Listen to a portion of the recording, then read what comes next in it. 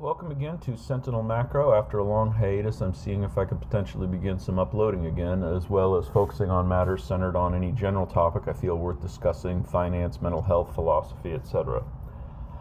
Alan Greenspan passing.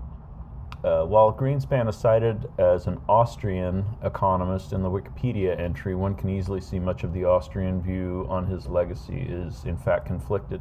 Greenspan was a close friend of Ayn Rand and indeed aligned with more of a libertarian free market principles, which matches with the Austrian view. In contrast to his many free market views, Greenspan is seen by Austrians as actually having too much influence on rate manipulation.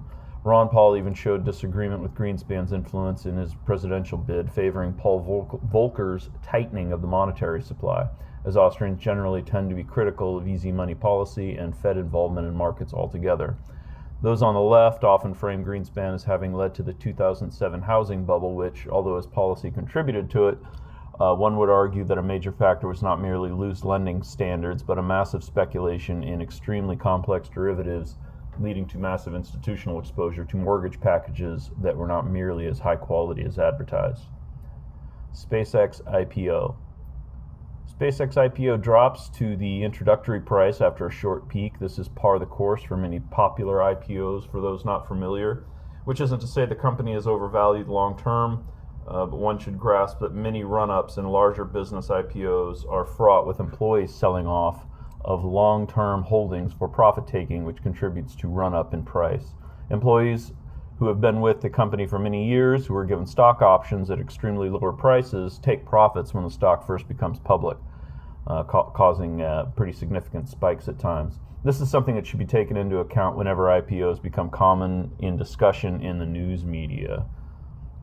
Bitcoin continues hovering in the 60,000 range after dropping from all-time highs of 120K, leading to a majority of holders actually being down in the position after buying at peak territory. Looking at the AI trade eating into market share, historical fluctuations mid-halving cycles, lower regulatory fears, and institutional buying, this should not necessarily be cause for alarm, but one should understand this may be a buying opportunity if looking long-term, and indicators of further volatility going through the remainder of 2026 are strong. Many miners are converting the resources into AI, as mining is very much a risky trade in regards to reduced mining capability every halving cycle. U.S. buying of Bitcoin was overhyped, as most government ownership has been through Bitcoin that was confiscated from illegal operations rather than outright purchasing on the market. Fundamentals for Bitcoin resiliency remain intact long term, it seems, unless an Elizabeth Warren type gets into office. Even then, regulatory uncertainty will still remain stronger than it was pre-Trump era. Fears of market collapse are common among Chicken Little types who make more money selling fear, books, speaking engagements rather than continued returns as a result of benefiting their clients. Fears of quantum computing are often attributed to Bitcoin weakness, but this would affect all financial operations, not just cryptocurrency.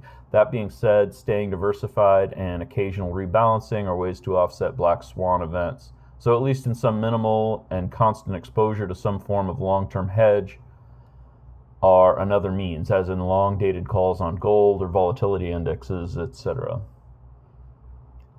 Remember, COVID and the housing crisis were the most impactful market declines since probably the Great Depression almost, with 2008 seeing around a 50% decline in the S&P, etc., with a less intensive Fed involvement, where COVID saw global supply constraints and extensive Fed intervention. So another severe market impact would have to rival that sort of situation rather than causes touted by people like Peter Schiff, etc., over the last half century. These people make money by selling fear, not by protecting regular people like you and me in the market. In positive news, groundbreaking gene therapy sees remission in lupus patients. White cells are withdrawn from the patient's blood before receiving the modified genetic coding that reprograms them to hunt malignancies. That new programming spreads to the rest of the immune system, and the patient's own body becomes capable of destroying the cancer. Researchers found that 5 to the first 6 patients treated at the lower dose achieved remission according to standard lupus criteria, with improvements emerging within months of treatment. Patients also experienced rapid reductions in disease activity, alongside improvements in important laboratory markers associated with lupus. That's all. Thank you for watching, and feel free to like, comment, subscribe. I guess that's what you're supposed to say. Thanks.